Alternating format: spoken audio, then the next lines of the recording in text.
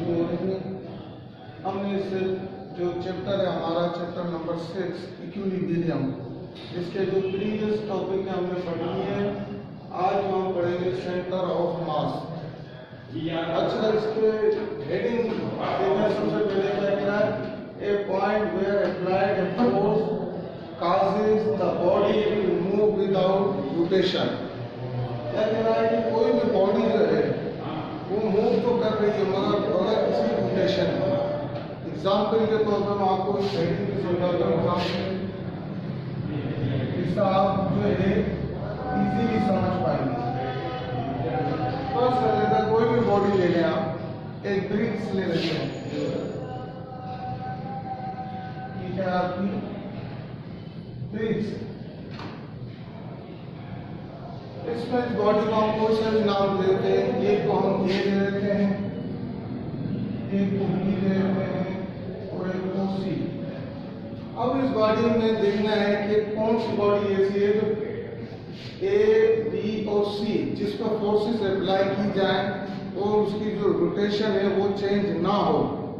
फिर फर्स्ट इसके अंदर ए जो पॉइंट है, अगर इसके ऊपर हम फोर्स अप्लाई करते हैं तो क्या ये बॉडी क्या कहते हैं विदाउट रोटेशन मूव करेगी?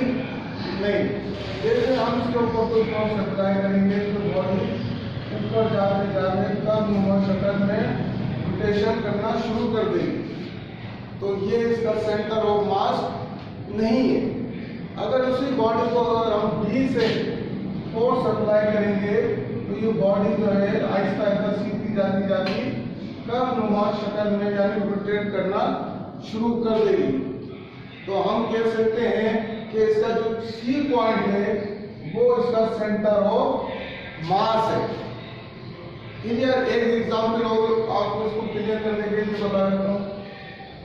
नंबर 2 है, आपने देखा होगा अमूमन एक मास ले लेते हैं m1 और एक m2, ए पॉइंट और बी पॉइंट। अमूमन देखा होगा आपने बॉडी बिल्डरों को, इनको वेट उठाते हैं, देखा कभी उन्होंने अगर वो एक साइड से उठा ले किसी भी वेट को तो वो क्या बैलेंस रख सकेंगे? कभी नहीं, क्योंकि उसके अंदर एक सेंटर ऑफ मास जरूर होता है जिसकी मदद से वो किसी भी हैवी वेट को बआसानी उठा लेते हैं। अब जैसे हमने डम लिया है, इसके अंदर 2 मास है, m2 is greater than m1 से। क्या है, इसको हम एक पॉइंट को ए बी और तीसरा हम दे देते हैं सी पॉइंट। अब क्या है, अगर फर्ज करो हम बॉडी को यहाँ से फोर्स लगाना शुरू करेंगे तो क्या है कि ये यहाँ से जो है फोर्स अप्लाई की तो यहाँ ये सीधे जाते जाते रोटेशन में चली गई। तो क्या है कि ये बॉडी का जो ए पॉइंट है वो सेंटर ऑफ मास नहीं है, क्योंकि विदाउट रोटेशन सेंटर ऑफ मास में क्योंकि रोटेशन कर रहा है। अब इसी तरह हम अगर एक के ऊपर फोर्स अप्लाई करते हैं तो क्या है कि बॉडी रोटेट सीधी जाती जाती रोटेशन शुरू कर देगी। तो हम ये भी कह सकते हैं इसका जो ए पार्ट है वो भी रोटेशन कर रहा है। तो इसका ए पार्ट और B part centre of mass नहीं है। इसका जो सी पार्ट है वो जो है सेंटर ऑफ मास है। अब सेंटर ऑफ मास और सेंटर ऑफ ग्रेविटी दोनों सेम चीज है, इनमें कोई फर्क नहीं है। दोनों को सेंटर ऑफ मास और सेंटर ऑफ ग्रेविटी एक ही होगी। क्या कह रहा है हमारी स्टेटमेंट में, ए पॉइंट, कोई सा भी एक पॉइंट,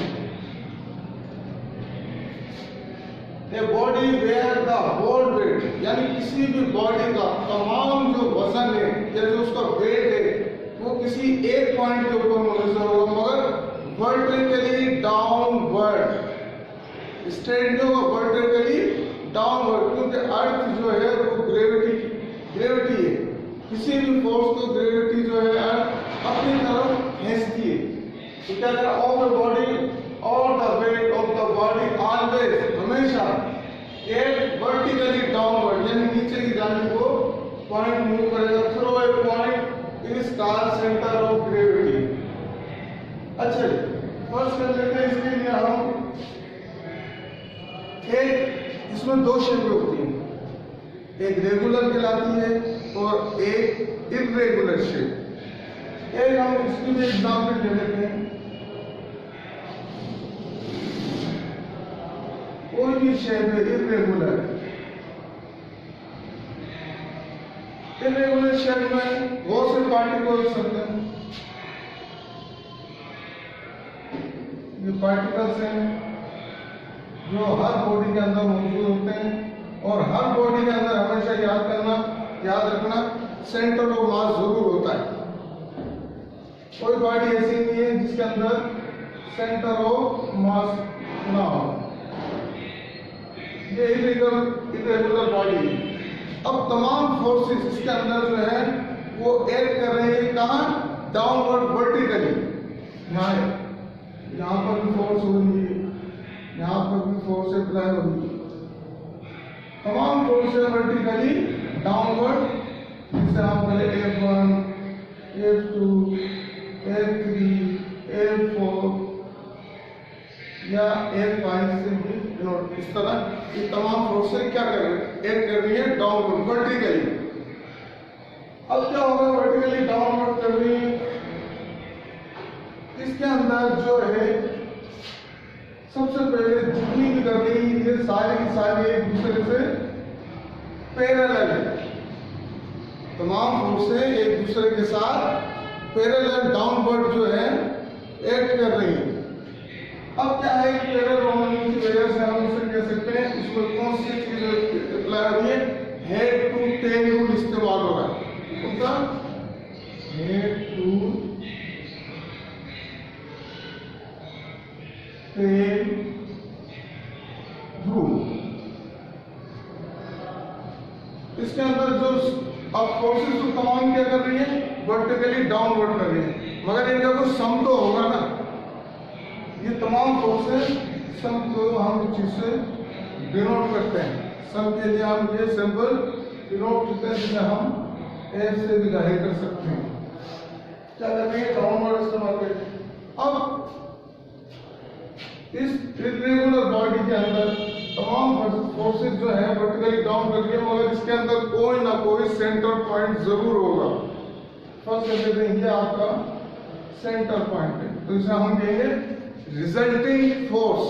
जो हमारा सेंटर होगा उसको हम कहेंगे रिजल्टिंग फोर्स। तो ये था इरेगुलर शेप। अब रेगुलर शेप भी है, इसको हम जो है इसको कह सकते हैं सिमेट्रिक बॉडी।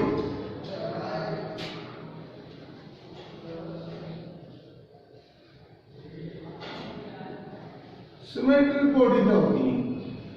ये बड़ी आसान बॉडियां हैं जिनका सेंटर ऑफ मास या सेंटर ऑफ ग्रेविटी मालूम करना बड़ा आसान है, क्योंकि इरेगुलर के अंदर जो हमें इससे पहले हम बाद में पढ़ेंगे जो इसकी जो दूसरी centre of gravity regular shape, इसमें प्लम लाइन के जरिए हम किस तरह किसी भी अनरेगुलर शेप को हम किस तरह मालूम कर सकते हैं।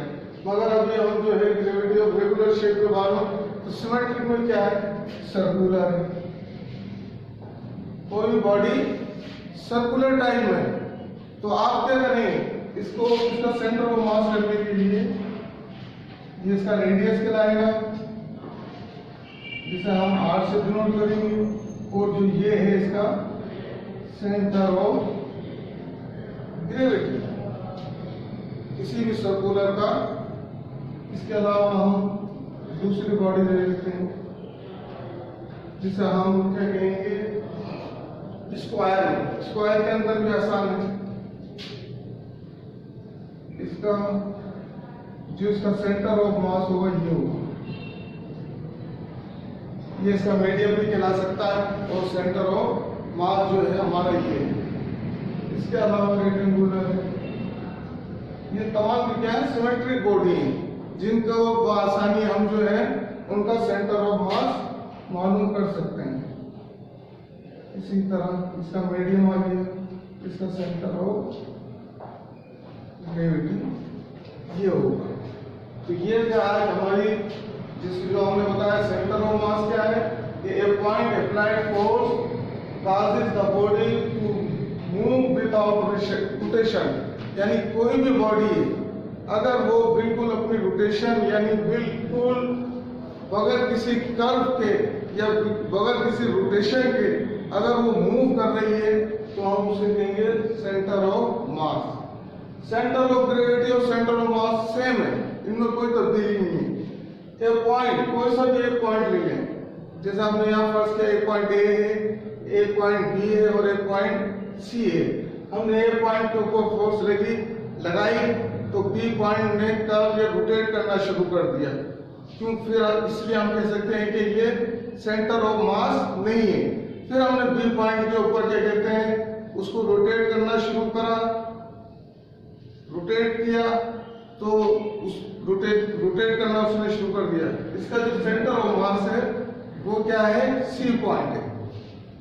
इसी तरह centre of gravity depend upon the shape of the body, therefore it is divided into two side. इसको हम लोग दो हिस्सों में डिवाइड कर दिया है, एक रेगुलर में और एक इररेगुलर शेप।